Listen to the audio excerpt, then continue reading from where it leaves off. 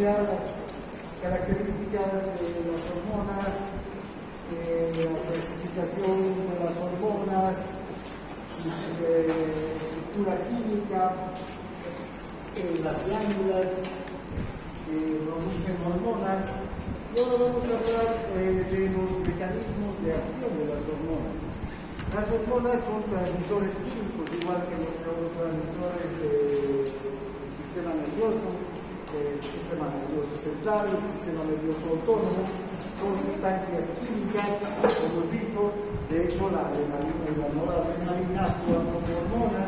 Hay hormonas polipeptídicas, hay hormonas esteroideas que cuando llegan a la célula tienen que activar algún mecanismo en esta célula. Y la única forma de activar un mecanismo en una célula es mediante un receptor. Entonces, vean, todas las hormonas tienen receptores en las hormonas, en las células. Si la hormona tiroidea tiene que ingresar a cualquiera de las células del organismo, tiene que llegar a un receptor, activar este receptor, y este receptor va a producir recién, una vez activado, una serie de efectos dentro de la célula. Entonces, cuando una hormona llega a la célula, su acción comienza cuando se une a su receptor. Si una célula no tiene un receptor específico para una hormona, esa célula no responde a esa hormona. Necesariamente tiene que haber el receptor específico para que esa célula responda. Ahora, hay diversos tipos de receptores para las células y para las hormonas. Hay algunas hormonas que tienen su receptor directamente en la membrana. ¿Qué hormonas van a tener receptores en la membrana? Las hormonas polipeptídicas, por ejemplo. Ya sabemos que las hormonas polipeptídicas son hormonas que no son liposolubles, son hidrosolubles, entonces no atraviesan la membrana celular. Entonces necesitan un receptor a nivel de la membrana. Entonces una hormona polipeptídica llega hasta el receptor que está en la membrana y activa este receptor. Luego también tenemos a la adrenalina y a la noradrenalina, las dos hormonas que son sintetizadas a partir de la tirosina, que son hidrosolubles. Ya conocemos los receptores de la noradrenalina y de la adrenalina, ¿verdad? Receptores vinculados a AMP cíclico, receptores vinculados a la fosfolipasa C, que van a activar a nivel de la membrana. Primero se van a activar en la membrana, y luego sus efectos se van a producir en el interior de la célula. Luego hay receptores que están en el citoplasma celular, ¿no? Ahora, estos receptores que están en el citoplasma son para hormonas que pueden atravesar la membrana celular.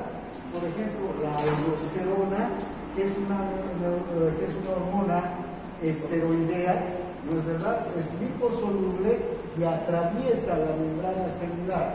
Y entonces su receptor, el receptor mineralocorticoide, está en el citoplasma. Una vez que la aldosterona se une a su receptor, junto con el receptor se trasladan al núcleo, y en el núcleo activan la síntesis de proteínas. Otros receptores están directamente en el núcleo, por ejemplo el receptor del cortisol, de los glucocorticoides. Vamos a ver que cuando el cortisol llega a la célula, atraviesa la membrana porque es liposoluble, atraviesa también la membrana nuclear y se une a su receptor directamente en el núcleo. Y ahí también cuando se unen al núcleo, activan la síntesis de proteínas. O por ejemplo, las hormonas sexuales, ¿no? Estas hormonas sexuales no solamente activan síntesis de proteínas, sino también producen división celular. Entonces, sus receptores están a nivel del núcleo, ¿ya? Entonces, tenemos diversos lugares donde van a actuar las hormonas. No todas las hormonas tienen un receptor en el mismo lugar. Bien, ahora, si ustedes observan, lamentablemente no sé qué pasa con nuestra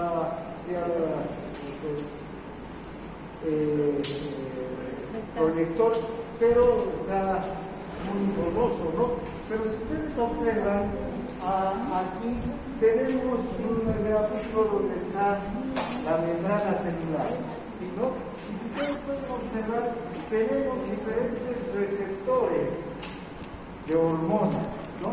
Diferentes receptores. Tenemos un receptor hormonal que está vinculado a la proteína G. Este es un receptor de segundo mensajero. Este receptor, cuando la hormona se une al receptor, como ustedes pueden ver, aquí no hay el receptor, no hay la hormona en este receptor, está vacío. Pero cuando la hormona se une a su receptor, se activa un mecanismo que produce una activación, ya sea del AMP o del GMP cíclico, y esa activación del AMP o del GMP cíclico a través de la adenil ciclasa o de la guanidina ciclasa va a producir efectos dentro de la célula. Este es, por ejemplo, un receptor unido a mecanismos de segundo mensajero. Hay otros receptores que directamente son canales iónicos, ¿no? Cuando el receptor, la hormona se une a su receptor, ¿qué va a ocurrir? Va a abrir un canal iónico.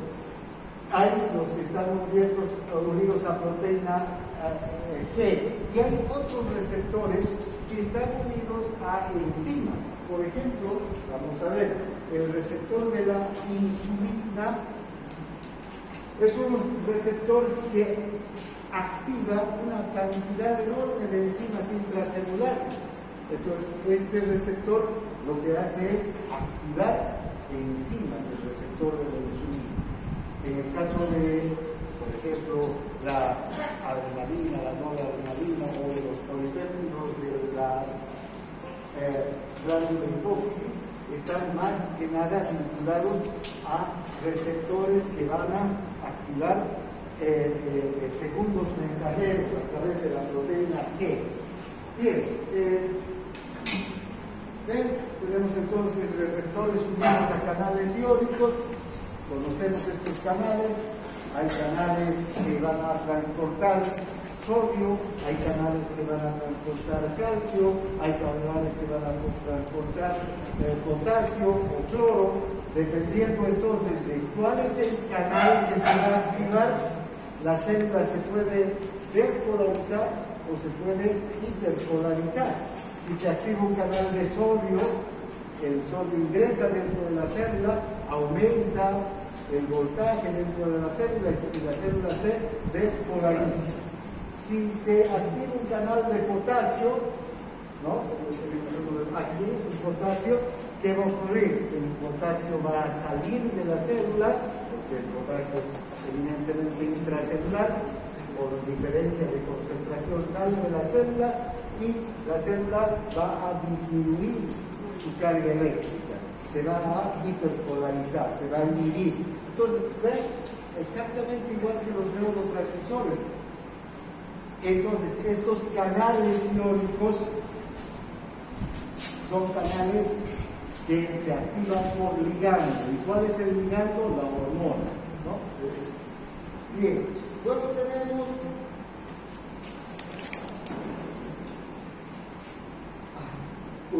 receptores unidos a la proteína G. Esta es interesante porque la proteína G, normalmente la proteína G, como ustedes recordarán, tiene 3 subunidades. Cuando el receptor es activado por la hormona o por el ligando, ¿qué va a ocurrir? Hay un cambio de conformación de la proteína y ¿qué va a ocurrir? Se va a producir una fosforilación aquí de la subunidad alfa. Y la subunidad alfa se desprende, ¿no es verdad? Y la subunidad alfa puede activar una serie de mecanismos intracelulares. Puede activar a la adenyl-ciclasa, puede activar a la guanidin-ciclasa, puede activar enzimas intracelulares, puede intervenir en la síntesis de proteínas. O sea, puede producir diferentes acciones intracelulares. Además, puede incluso abrir canales. También, generalmente canales de potasio, canales de calcio, son abiertos por este AMP cíclico que se incrementa cuando se activa la adenyl-ciclasa. Bien, luego tenemos, bueno, este es el mecanismo de, tal vez lo pueden ver mejor, de activación del segundo mensajero y de la proteína G. Esta es la proteína G. Recuerda, tiene tres subunidades, alfa, beta y gamma. Es la unidad alfa, en la mayor parte de los casos, que cuando se activa el receptor, la unidad alfa se desprende y va a producir una activación de la adenyl-ciclasa o de la guanidin-ciclasa, cualquiera de esas enzimas. Estas enzimas tienen la característica de ser enzimas de membrana, a diferencia de otras enzimas intracelulares. Estas son enzimas de membrana. Estas enzimas de membrana, entonces, lo que hacen es aumentar o disminuir la concentración, ya sea de AMP cíclico o de TMP cíclico. Y estos dos, el AMP cíclico o el TMP cíclico, en realidad son los segundos mensajeros. Cuando se habla de segundo mensajero, estamos hablando de estas dos sustancias que se activan y pueden producir fosforilación de diversas proteínas, de diversas enzimas y muchos efectos intracelulares. Estos conceptos ya los hemos visto al principio del año, ¿no? Cuando hemos hablado también de los medios de transporte y los medios de señalización, pero los estamos repasando. Entonces, hay hormonas que van a tener este mecanismo de acción.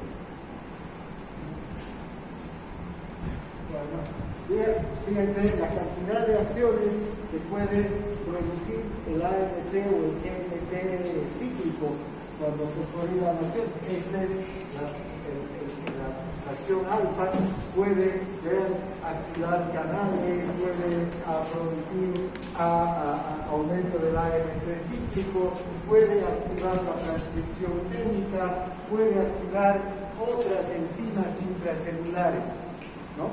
Dependiendo de la acción. Bien, ahora hay otros receptores unidos a enzimas. Por ejemplo, el receptor de la leptina, la hormona que se produce en los adipocitos.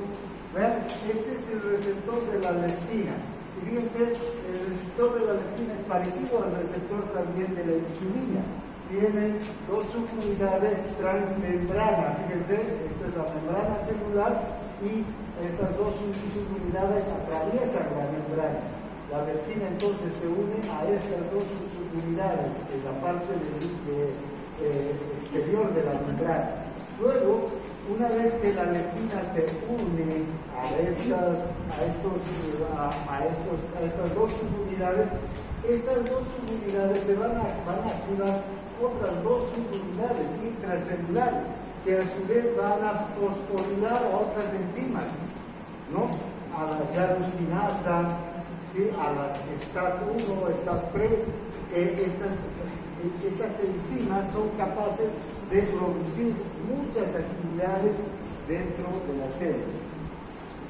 Generalmente estas enzimas van a producir o aumento del metabolismo, o también pueden producir activación de mecanismos de transcripción génica, ¿ya?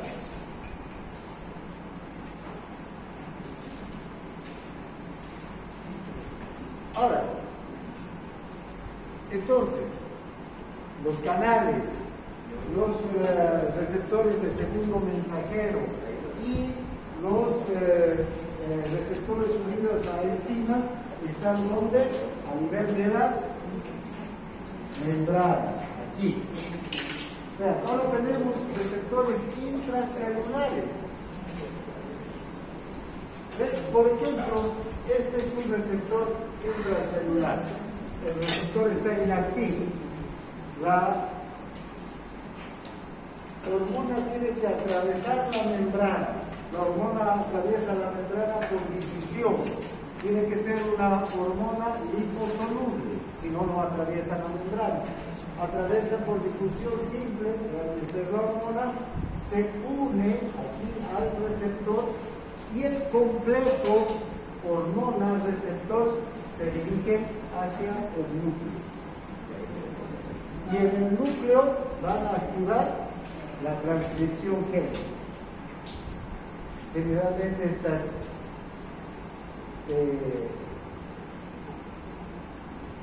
hormonas lo que hacen es activar la síntesis de proteínas que van a elevar el metabolismo, proteínas que van a intervenir en acciones de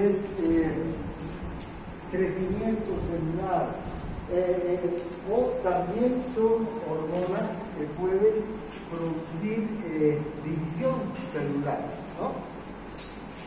Luego tenemos la aldosterona, por ejemplo, es una hormona que tiene esta característica.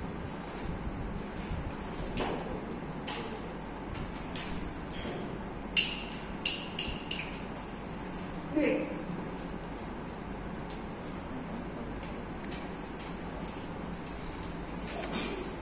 Entonces, vean, estos mecanismos de segundo mensajero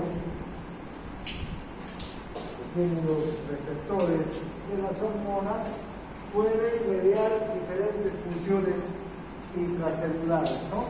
Pueden activar la adenylato citrasa, el AMP cíclico a nivel de la membrana, pueden abrir canales de calcio, por ejemplo, aumentar el flujo de calcio al interior de la célula, pueden también activar los productos de degradación de los fosfolípidos de la membrana. No sé si ustedes han visto que a partir de los fosfolípidos de la membrana, cuando los fosfolípidos se degradan, hay una enzima, la fosfolipasa C, la fosfolipasa A, en este caso, que degrada los fosfolípidos a ácido araquidónico. Ese ácido araquidónico luego es atacado por diversas enzimas, lipoxigenasa, ciclooxigenasa, y a partir del ácido araquidónico se forman prostaglandinas. Prostaglandinas que intervienen en múltiples funciones celulares. También entonces estos mecanismos de segundo mensajero van a activar este tipo de funciones, ¿no? Sistemas de segundo mensajero con adenylato citrasa que aumentan el AMP cíclico, ¿qué enzimas van a aumentar el AMP cíclico? ¿O qué hormonas, perdón, van a aumentar el AMP cíclico? La angiotensina 2, la calcitonina, las catecolaminas a nivel de los receptores beta, la gonadotroquina coriónica, el glutado, la hormona adrenocorticotrópica, la hormona estimuladora de los folículos, la hormona estimuladora del tiroides, la hormona liberadora de la corticotropina, hormona luteinizante, hormona paratiroidea, secretina, somatostatina, vasopresina. Todas estas hormonas lo que hacen es activar a la AMP cíclico a través de este mecanismo de segundo mensajero. Luego,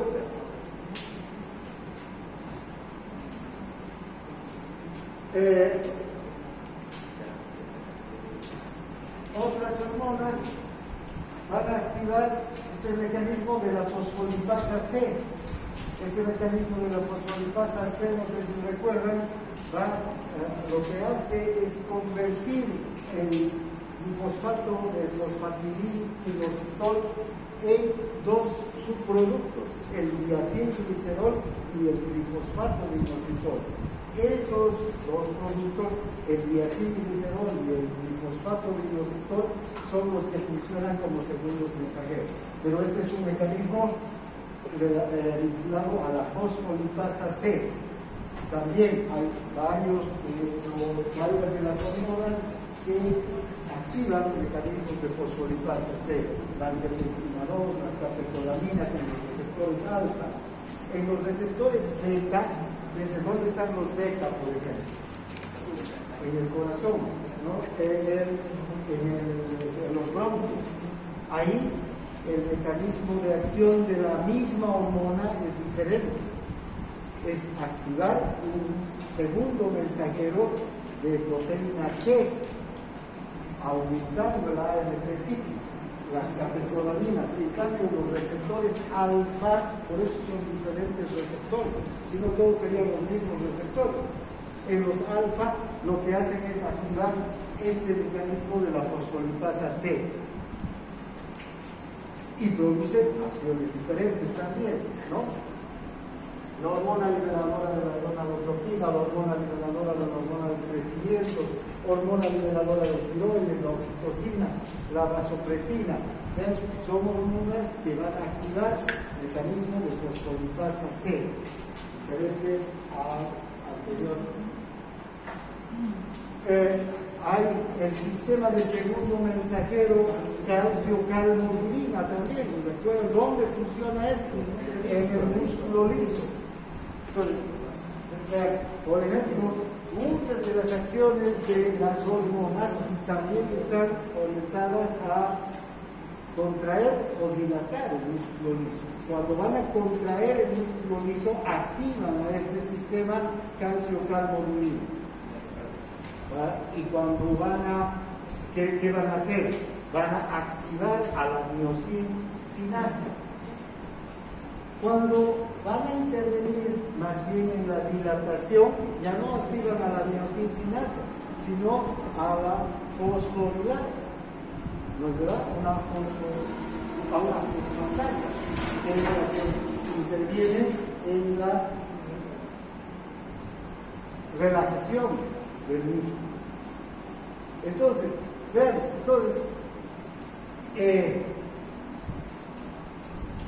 los iones calcio, cuando ingresan al interior de la célula, hay un potencial de acción y abre canales de calcio, pues estos canales de calcio permiten la entrada del calcio, estos se unen a la calmodulina y forman el complejo calmodulina, que van a activar o inhibir proteinsinasas. Una, la miosinasa se activa, o la fosforilasa es la que también se puede activar. La miosinasa para fosforilar a la cabeza de miosina y la fosforilasa para desfosforilar a la cabeza de miosina, cuando hay la relajación. Estamos repasando solamente lo que ya hemos visto, todos estos mecanismos a principio de año y también aplicados a algunos de los sistemas que ya hemos estudiado, como el del músculo liso, por ejemplo, el músculo liso gastrointestinal, el músculo liso de los vasos, de los bronquios. Ahora, vean, hay hormonas que actúan principalmente sobre la maquinaria genética de la célula. ¿Cuáles son esas? Las hormonas esteroideas. ¿Y cuáles de las hormonas esteroideas? Las sexuales. ¿No? La testosterona, el estrógeno, los andrógenos, todas esas hormonas que se forman en los testículos, en los ovarios y en la corteza suprarrenal van a intervenir sobre la maquinaria genética de la célula. Entonces estas hormonas se van a unir directamente a su receptor o en el citoplasma o en el núcleo. Estas hormonas, como son esteroides, son liposolubles, ingresan directamente hasta el interior de la célula y ahí se unen a su receptor recién y pueden formar un complejo hormona-receptor que va a unir a regiones específicas de las cadenas de ADN. ¿Para qué? Para dividir las cadenas de ADN, ¿no? Y por una parte, intervenir en la síntesis de proteínas, o por otro lado, también intervenir en la división celular. Las hormonas sexuales intervienen en la división celular. Bien. Ahora, las hormonas tiroideas tienen una particular característica. Si ustedes recuerdan, la hormona tiroidea es una hormona que se forma a partir del aminoácido tirosina, pero se tiene que unir en la célula, en el folículo en realidad, ¿no? en el coloide, con la globulina, ¿sí? y con el yodo. Y entonces es una hormona muy compleja, es hidrosoluble, no es liposoluble, pero la hormona tiroidea tiene su receptor en el citoplasma. Entonces tiene que ingresar la hormona tiroidea al citoplasma.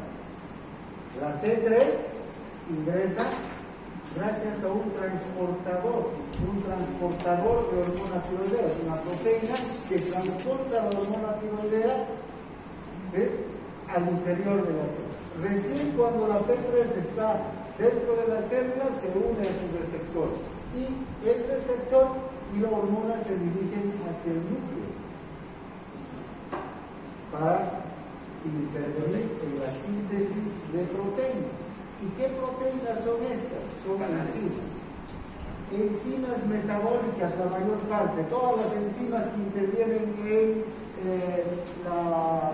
el metabolismo de la glucosa, todas las enzimas que intervienen en el metabolismo de los ácidos grasos, las enzimas que intervienen en el metabolismo de las proteínas, porque la hormona tiroidea aumenta el metabolismo, ¿ya? Pero también activa la síntesis de canales, de ATPasas, tiene una gran cantidad, aumenta el consumo de oxígeno por parte de las células. Todas esas acciones son gracias a una acción directamente realizada en el núcleo, ¿ya? Además, este mismo transportador es capaz de transportar a las T4. Después vamos a ver, ahora estamos hablando muy generalmente, pero cuando hablemos de cada una de estas hormonas, vamos a volver a hablar de estos mecanismos más en detalle. ¿Ven? Pero la T4 ingresa y se desyoda. ¿Qué quiere decir? Que pierde una monoyodo tirosina y se convierte en T3. La T4 no actúa como T4. Entonces aquí hay una enzima, todas las células sobre las que actúa la enzima, la hormona tiroidea tiene una enzima que se llama la desiodasa. Esa desiodasa quita una monoyodotironina y la convierte en T3. Todo ese mecanismo para que actúe la hormona tiroidea. La hormona tiroidea entonces va a activar la transcripción de genes. Es una enzima, una hormona esencial para el metabolismo. Por eso es que cuando no hay hormona tiroidea tenemos hipotiroidismo y la persona con hipotiroidismo tiene el metabolismo bajo, muy bajo. Vamos a ver las características del hipotiroideo. Ahora, ven la hormona, la insulina y el receptor de la insulina. Este es un receptor muy interesante. Fíjense, también es un receptor que tiene dos subunidades que están fuera de la célula. Son dos subunidades alfa en los que se va a unir la hormona. Y tiene dos unidades transmembranas, dos subunidades transmembranas que atraviesan la membrana. Cuando la hormona, la insulina, se une a su receptor, entonces aquí hay un cambio de conformación química de estos receptores, de estas proteínas, ¿no? Y activan enzimas intracelulares, proteinasas, que a su vez van a activar una gran cantidad de enzimas que se las conoce como el sustrato del receptor de insulina. Cuando hablamos del sustrato del receptor de insulina, pareciera que es una sola cosa. Sin embargo, ese sustrato del receptor de insulina está compuesto por muchas enzimas. Las enzimas que intervienen también ¿en qué? En el metabolismo de las grasas, en el metabolismo de las proteínas, en el metabolismo de la glucosa, porque la insulina es clave para el metabolismo de proteínas, grasas y carbohidratos. Entonces, por una parte, la insulina activa una gran cantidad de acciones metabólicas dentro de la célula, pero también la insulina, y vamos a ver, es capaz, gracias a estos sustratos del receptor de insulina, de activar acciones genómicas, es decir, activa la síntesis de proteínas. Por eso que la insulina es considerada, junto con la hormona del crecimiento, las dos hormonas esenciales para el crecimiento de los tejidos. Si no hay insulina, así hay hormona de crecimiento, los tejidos se ven interferidos en su crecimiento. De hecho, vean, hay unas sustancias que se llaman las somatomedinas. Cuando hablemos, tal vez nos dé tiempo, no creo ya, para hablar de la hormona del crecimiento. La hormona del crecimiento, cuando ingresa al interior de la célula, activa la formación de unas proteínas que se llaman somatomedinas. La somatomedina C es la que interviene en la transcripción génica para que los tejidos crezcan. A esa somatomedina C también se la conoce como factor de crecimiento similar a la insulina. Fíjense, o sea, los dos factores entonces son claves: la hormona del crecimiento más las somatomedinas y la insulina con su sustrato del receptor de la insulina, que activan la síntesis de proteínas para el crecimiento de los tejidos. Entonces la insulina no es solamente una enzima o una hormona metabólica. Se conoce a la insulina como una hormona metabólica que arranca su síntesis después de que comemos. Cuando almorzamos, cuando desayunamos, cuando llegan los alimentos, los nutrientes a la sangre, inmediatamente empieza a sintetizarse insulina. ¿Para qué? Para metabolizar a estos nutrientes, transportarlos, llevarlos al hígado, transformarlos, llevarlos a las células grasas, a hacer que la glucosa ingrese a las células, que las células aprovechen la glucosa, el exceso de glucosa sea transportado al hígado para que ahí sea guardado como glucógeno, o hacia los músculos para que sea guardado como glucógeno muscular.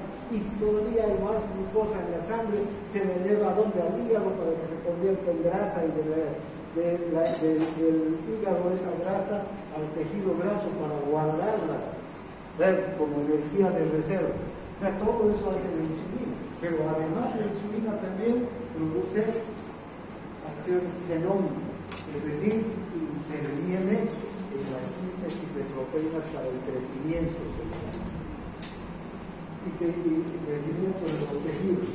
Ustedes han oído hablar que hay células que requieren de la insulina para que la glucosa ingrese al interior. ¿Ves? La mayor parte de las células de los tejidos necesitan de la insulina, pero hay otras células que no necesitan de la insulina. Las células cerebrales, por ejemplo, no necesitan de la insulina. La insulina, cuando ingresa activa su receptor, va a activar a estas vesículas y desde luego también al núcleo para formar estas proteínas transportadoras de glucosa, que son los GLUT4.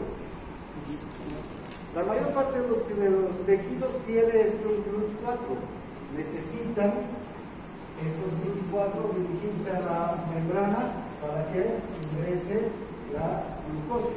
Por eso es que cuando hay diabetes, ¿qué sucede? La insulina no actúa y no hay GLUT4 en la membrana celular, entonces no hay un transportador de glucosa, ¿no? Pero fíjense, ese mecanismo está en la mayor parte de las células, pero no en todas. Hay algunas células que no necesitan de GLUT4, tienen otro transportador, el GLUT1. Ese GLUT1 está ahí y no necesita de la insulina, transporta la glucosa. Hay otros transportadores como el del hígado, que es el GLUT2.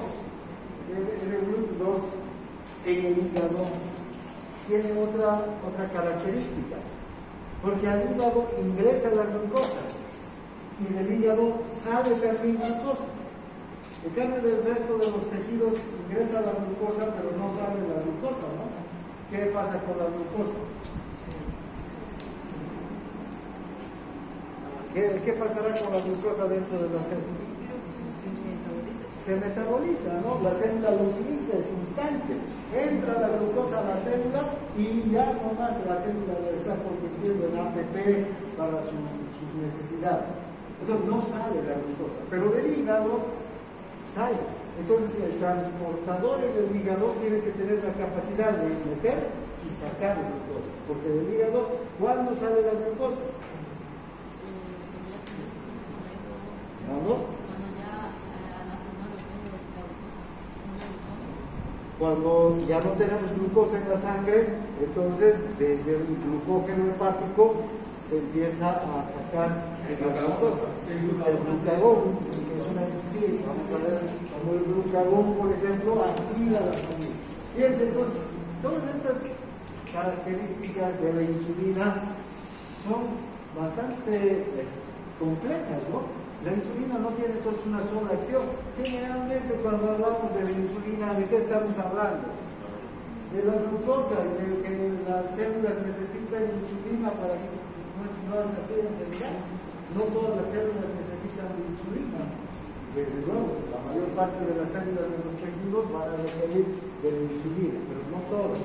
Además, la insulina trabaja activando lipasas, inhibiendo fosfolipasas, un montón de enzimas que están involucradas en el metabolismo de los lípidos, activando enzimas que forman parte de la glucogenogénesis, es decir, de la formación del glucógeno, ¿no? Entonces, hay muchas acciones que la insulina también inhibe. Por ejemplo, la insulina tiene una acción de inhibir enzimas que producen gluconeogénesis, ¿no? ¿Para qué? Para que no se produzca a partir de las proteínas glucosa y más bien activa enzimas que formen proteínas. El cortisol no es que aumenta así, se libera proteína de aminoácidos, sí. Que hace que es similar a lo que hace el glucógeno. Sí, el cortisol moviliza aminoácidos. Vamos a ver todas esas características. Bien, entonces, seguiremos un poco hablando de estos transportadores, ya mirándonos en detalle. Bueno, este es uno de estos receptores, ¿no? El receptor de la insulina, ¿no? Estos IRS en inglés son las siglas del sustrato del receptor de insulina, ¿no? En español lo llamamos el sustrato pero la cantidad de acciones que tiene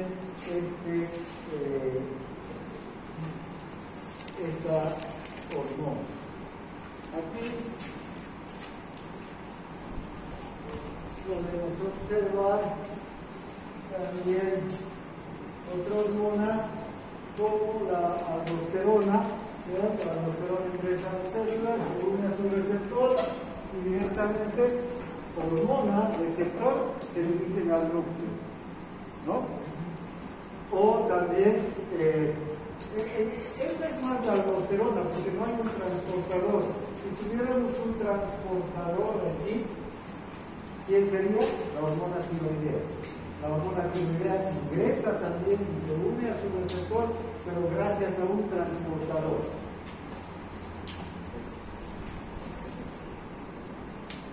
Aquí tenemos, bueno, esta es una hormona que se une a su receptor que está en la membrana. Este receptor está en el citoplasma.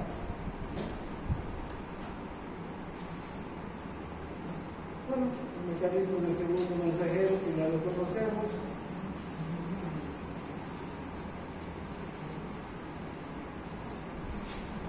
Activando proteinsinasas.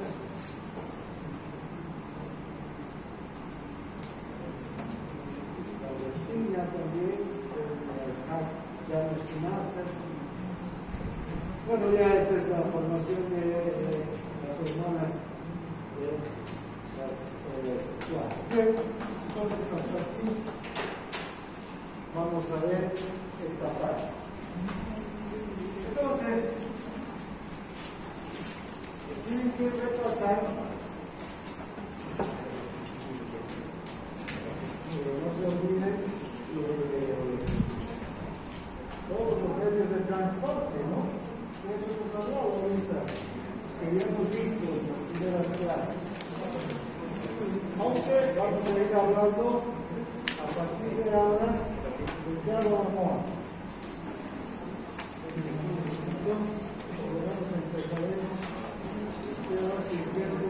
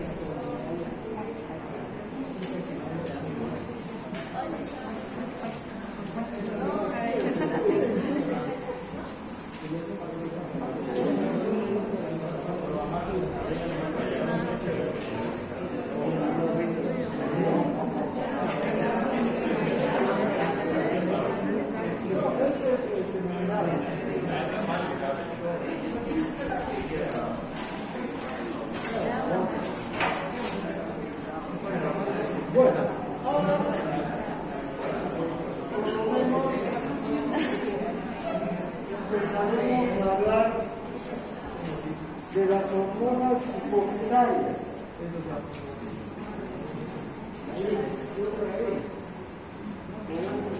Ayuda. Bien. Fíjense que la hipófisis es una glándula en realidad mixta, porque es una glándula que tiene un tejido adiposo, glandular, además tiene un tejido nervioso, ¿no? Por eso tiene dos partes. Una parte que es la parte que tiene un tejido glandular y la otra que tiene un tejido nervioso.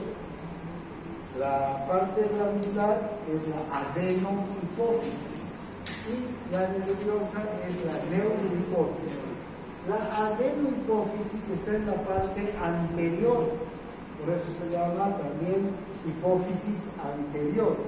Y la neurohipófisis está en la parte posterior. Esta glándula, como ustedes pueden ver, es bastante pequeña, es como una arveja, más o menos del tamaño de una arveja. Está unida al hipotálamo a través del tallo hipofisario, ¿no? Que lo une a la eminencia media del hipotálamo. Pesa alrededor de 1 gramo, que es como una arveja, y donde está sentada muy cómodamente en la silla turca, ¿no? Ocupa la silla turca, como una reina ahí. Por eso, porque es tan importante además esta glándula. Ahora, una cosa importante es que esta unión del tallo hipofisario con el tubo cinerium, con la eminencia media, nos muestra que esta glándula está controlada por el hipotálamo. Esta glándula no actúa sola, actúa controlada por el hipotálamo. Ya podemos observar su anatomía, ¿no?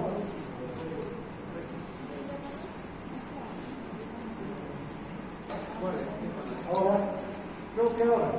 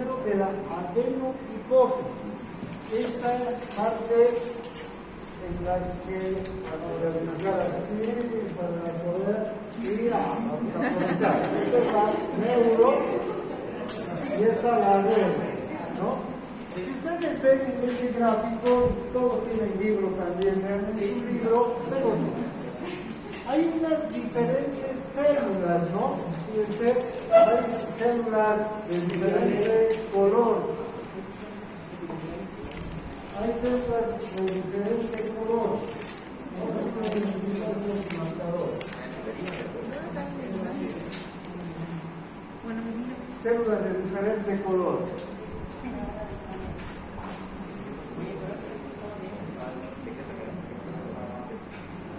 ¿Tienes rojo? En realidad son 5 tipos diferentes de células que están en la adenohipófisis. esta adenohipófisis tiene estas 5 diferentes tipos de células y cada una de estas células o cada grupo de estas células va a producir una hormona diferente. Porque fíjense, esta hormona se van a sintetizar la TSH, la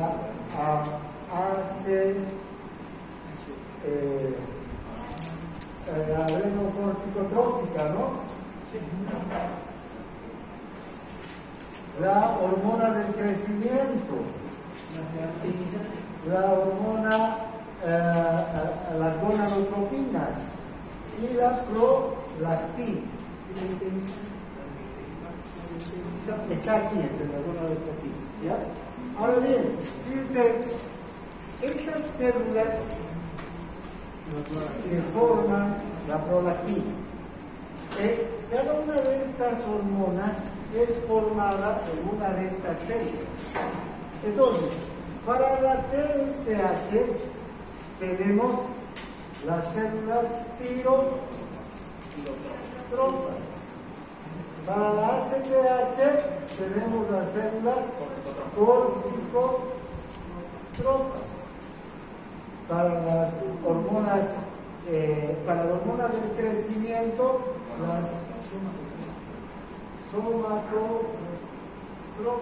Para las hormonas sexuales tenemos las gonadotropas. Y para la prolactina, las lactotropas. ¿Ya? Ahora, vean, estas células entonces son diferentes. La mayor parte, en realidad, la mayor parte de las células de la adenohipófisis están constituidas por las somatotropas, con las células que forman la hormona del crecimiento. Ahora, estas células no actúan solas. Estas células actúan bajo órdenes, bajo control del hipotálamo. En el hipotálamo se van a formar una serie de hormonas que van a actuar sobre estas células y las van a estimular. ¿Para qué? Para que se produzcan las hormonas de la adenohipófisis, ¿no? Dentro de, entonces, ahora, ¿cómo se llaman las hormonas que están en el hipotálamo? No es posible. No es ni con computadora,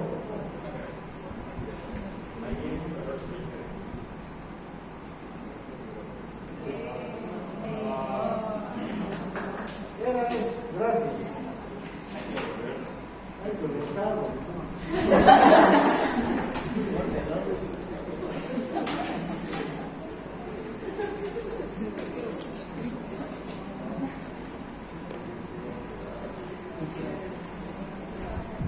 Bien, entonces estas células que tenemos aquí, ¿ya?, son las que van a formar todas esas hormonas que van a actuar sobre otras glándulas en general, excepto la hormona del crecimiento, que es la hormona que se va a dirigir hacia todas las células, y ahí en las células va a actuar. El resto de las hormonas actúan sobre otras glándulas. Ahora, el lóbulo posterior de la hipófisis es la parte llamada neurohipófisis. ¿Por qué? Porque hasta aquí llegan axones. Aquí no hay células nerviosas, pero sí axones. ¿Sí? Y glía, claro. Pero hay axones, que células que están también en el hipotálamo, en dos núcleos, en el núcleo supraóptico y en el paraventricular. ¿Ven? Estos dos núcleos forman la hormona antidiurética y la hormona oxitocina. Estas dos hormonas se forman aquí en el hipotálamo, en los núcleos supraóptico y paraventricular, y son transportadas hasta el axón terminal y aquí almacenadas en vesículas para luego ser liberadas. Entonces, como ustedes pueden ver, la hipófisis libera hormonas, sintetiza también hormonas, pero que son controladas directamente desde el hipotálamo. Esa glándula no actúa sola, actúa bajo control del hipotálamo, ¿no? Ahora, ¿cuáles son entonces las hormonas que están en la adenohipófisis? La hormona del crecimiento, la corticotropina, la tinotropina, la prolactina, la hormona estimulante de los folículos y la luteinizante. Las dos se conocen como gonadotropinas, porque son las hormonas sexuales, ¿no? Bien, y las hormonas de la neurohipófisis, la hormona antidiurética y la oxitocina. Ya hemos hablado en general de las acciones de estas hormonas. Después las vamos a ir hablando con más puntualidad. ¿Ya? Ahora, estas son las células somatotropas, las corticotropas, las tinotropas, las gonadotropas y las blastotropas. Son las células, como ustedes pueden ver, estas células que son diferentes cada una, y cada una entonces va a formar una hormona también diferente. Ahora,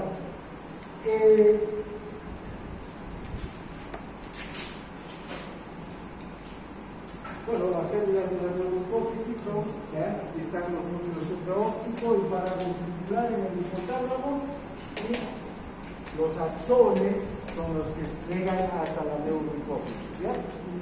Ahí se almacenan las vesículas y luego son bien. Ahora, para que la neuro y la adenohipófisis funcionen, entonces tiene que haber un control directamente desde el hipotálamo, porque ahí están las células que van a comandar la secreción de la hipófisis. Ya sabemos que el hipotálamo es esa parte, ¿no?, del sistema límbico que está encargado del control de la mayor parte de las funciones corporales. Hasta el hipotálamo llegan estímulos procedentes de todo el organismo, ¿no? Receptores que están en la piel, receptores que están en los órganos, de receptores que están en las arterias, que están en las venas, o sea, receptores que detectan todo tipo de estímulos, ¿no? Van a enviar estos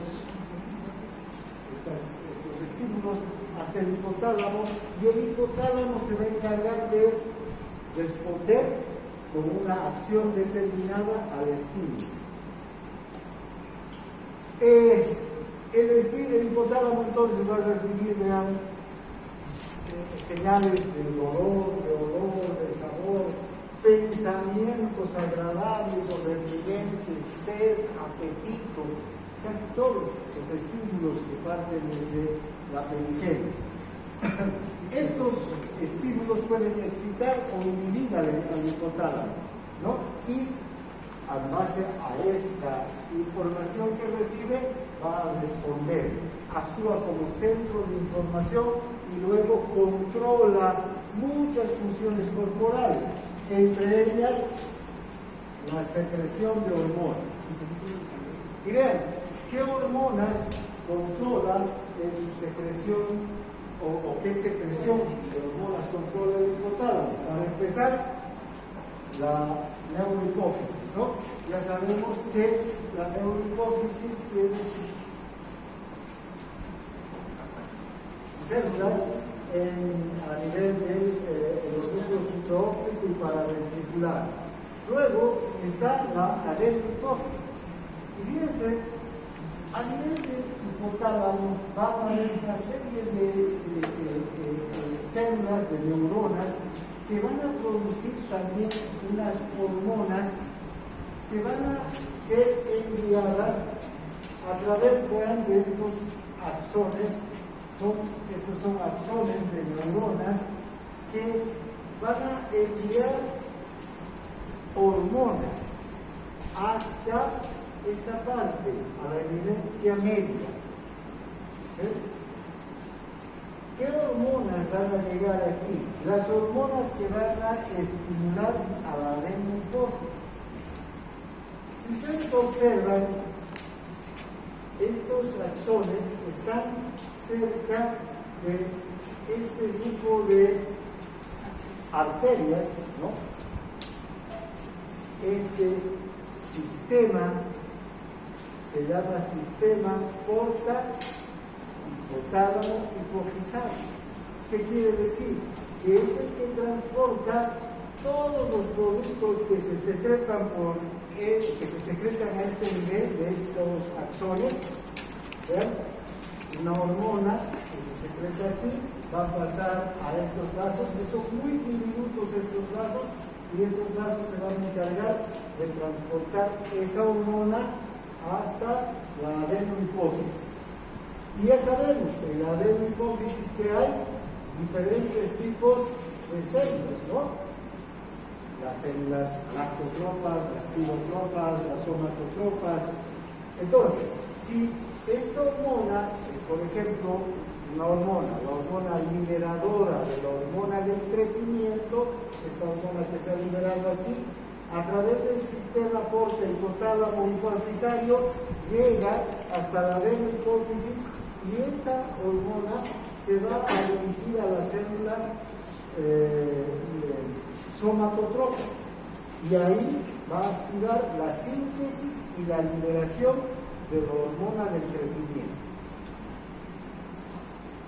Entonces, cada una de estas células tiene una hormona que se sintetiza en el hipotálamo, se libera en la eminencia media, desde la eminencia media es transportada hasta la adenohipófisis y ahí esa hormona se va a encargar, dependiendo de la hormona y de la célula, de sintetizar y de liberar una hormona determinada. ¿Está claro cómo funciona este mecanismo desde el hipotálamo? El otro, la neurohipófisis, ya sabemos que el núcleo hipófico y paraventricular están en la neurohipófisis o en el hipotálamo, solo sus axones están en la neurohipófisis, ¿no? Bien, entonces, lo que acabamos de ver.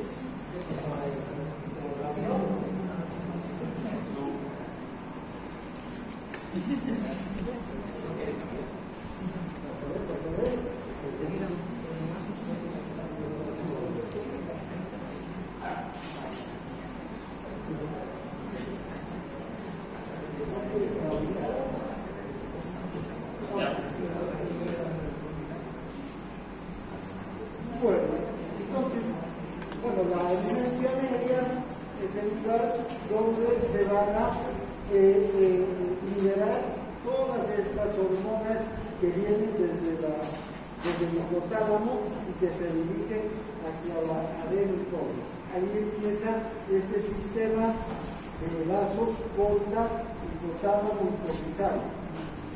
¿Por qué se llamará porta? ¿Ah? Porque es directo. Porque es directo. Porta, en latín, quiere decir puerta. Como la vena porta es la puerta de ingreso, ¿verdad?, al organismo de todos los nutrientes. Este sistema porta hipotálamo hipofisario es la puerta de llegada ¿a dónde? A la adenohipófisis. Es como la puerta para llegar, por eso se llama porta, ¿ya?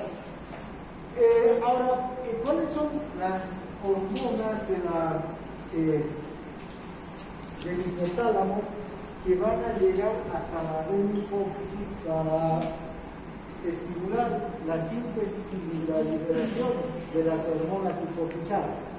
Son la tiroliberina, la corticoliberina, la somatoliberina, gonadoliberina y hormona inhibidora de la prolactina. Fíjense, todas estas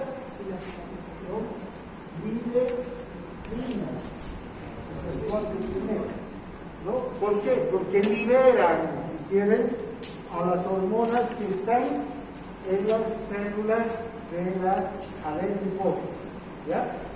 Entonces, su sigla en inglés es la PDH, la tiroliberina, la CRH, la corticoliberina, la somatoliberina, la GHRH, la gonadoliberina, GNRH, ¿no? Ahora, ¿qué van a liberar estas hormonas? La tiroliberina va a liberar a la TSH, la corticoliberina a la ACTH, ¿no? La somatoliberina a la hormona del crecimiento y la gonadoliberina a la hormona gonadotropina, ¿no? Que se forman en esta parte anterior o adenohipófisis, ¿no? Y la inhibidora de la prolactina va a inhibir la liberación de prolactina.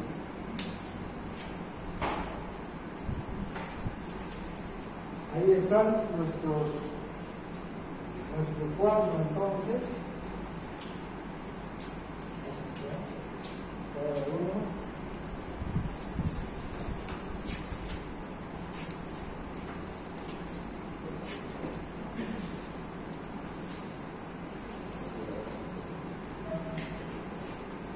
Empezamos por la tiroliberina, llega a las células tirotropas y libera a la hormona TSH, ¿no? La hormona liberadora de las gonadotropinas llega a las células gonadotropas y va a producir la liberación de la hormona luteinizante y la políticoestimulante. La hormona liberadora de la corticotropina va a llegar a las células corticotropas y va a liberar a la ACTH. La hormona liberadora de la hormona del crecimiento a las somatotropas y va a liberar a la hormona de crecimiento, ¿no?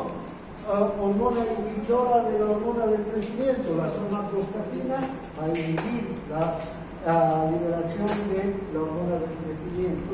Y la hormona inhibidora de la prolactina va a inhibir la secreción de prolactina.